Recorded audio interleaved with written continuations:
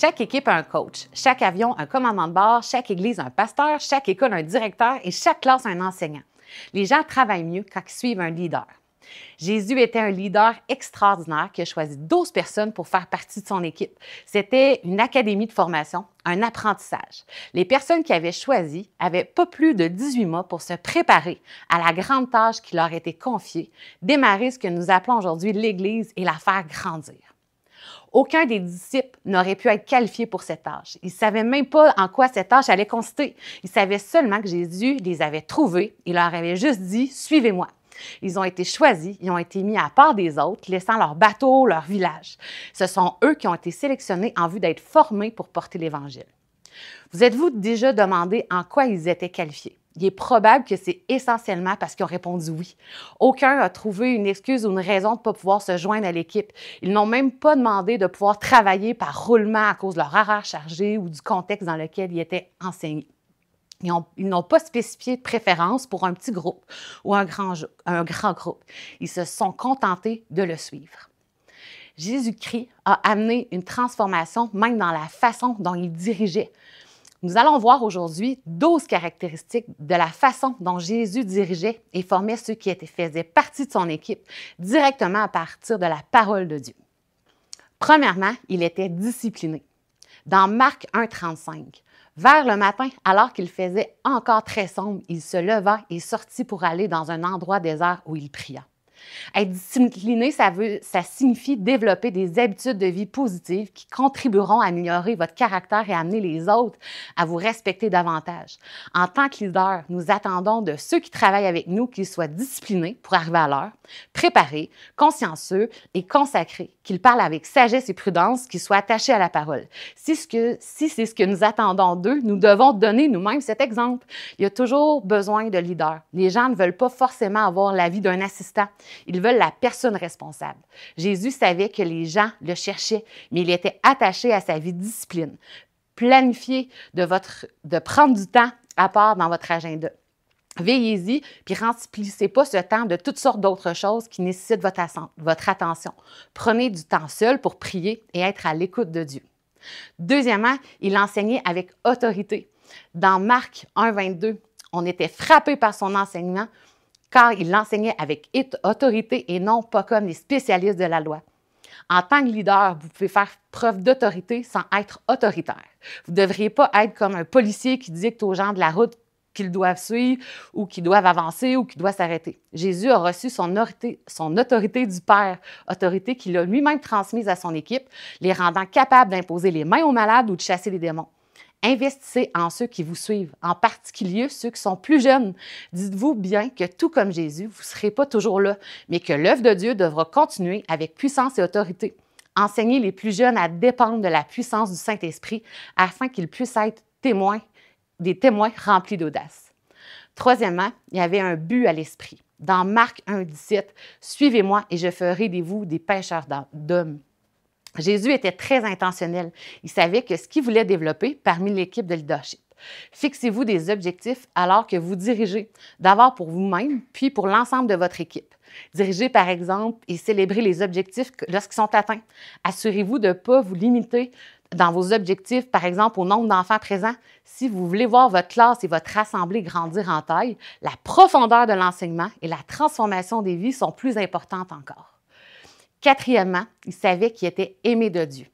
Dans Marc 1,11, une voix se fit entendre du ciel. « Tu es mon fils bien-aimé, tu as toute mon approbation. » Les enfants et les leaders que vous dirigez doivent savoir que vous les aimez, que vous vous préoccupez d'eux personnellement et en tant que membre de l'équipe. Appelez-les. Prenez de leurs nouvelles, suivez-les quand ils sont confrontés à des soucis de santé. Envoyez-leur une carte d'encouragement ou rencontrez-les autour d'un café.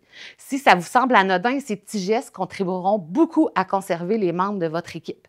Ils doivent savoir et sentir qu'ils sont aimés et acceptés. C'est particulièrement important pour ceux qui manquent d'assurance au sujet de leur enseignement.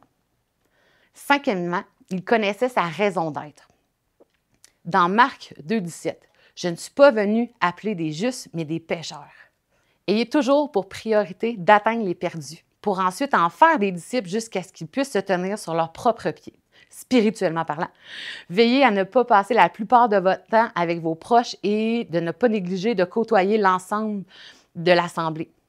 Sixièmement aussi, il choisissait intentionnellement ses fréquentations.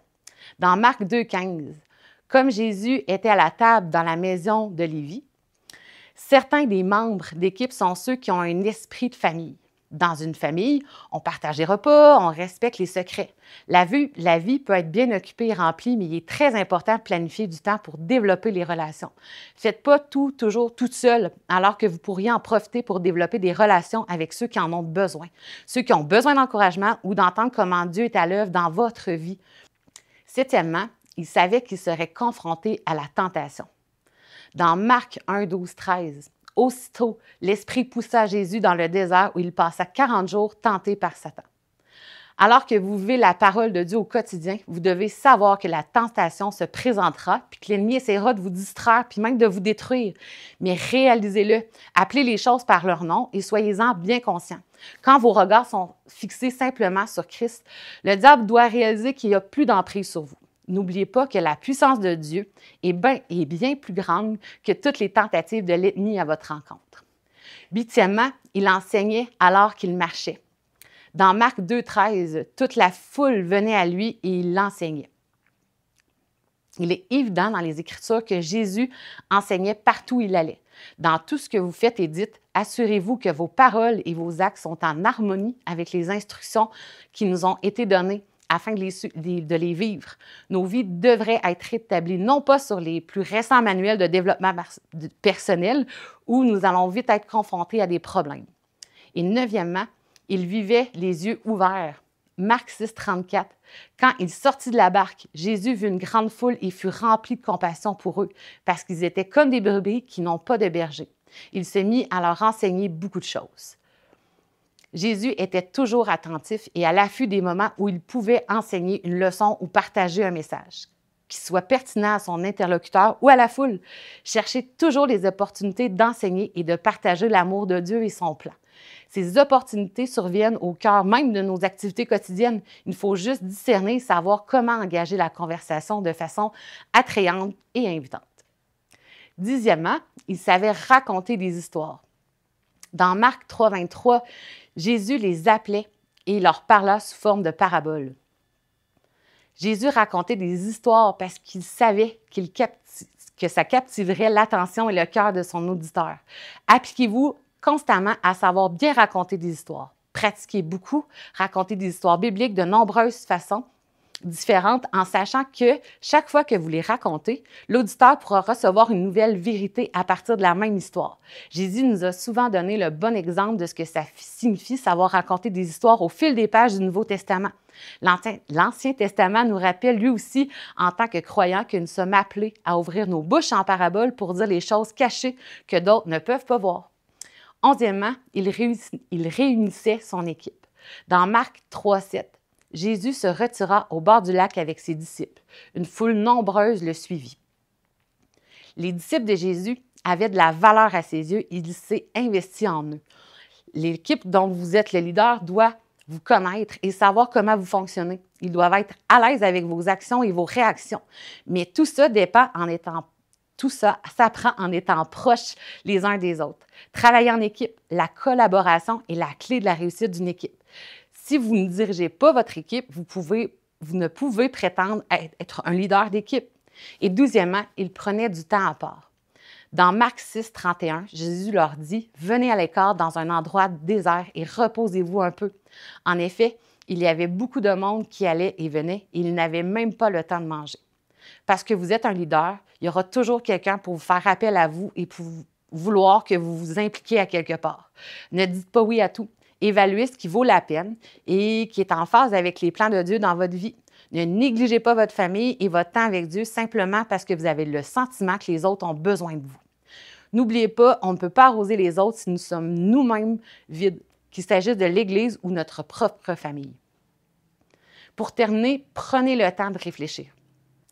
Nous dirigeons constamment, mais nous prenons rarement le temps de nous asseoir pour réfléchir aux questions de caractère et de leadership qui se présentent autour de la table et pour l'équipe. C'est en reconnaissant et en admettant nos faiblesses que nous pourrons travailler à les surmonter. Il faut aussi reconnaître les forces dont Dieu nous a bénis afin que nous puissions les utiliser pour les projets de Dieu.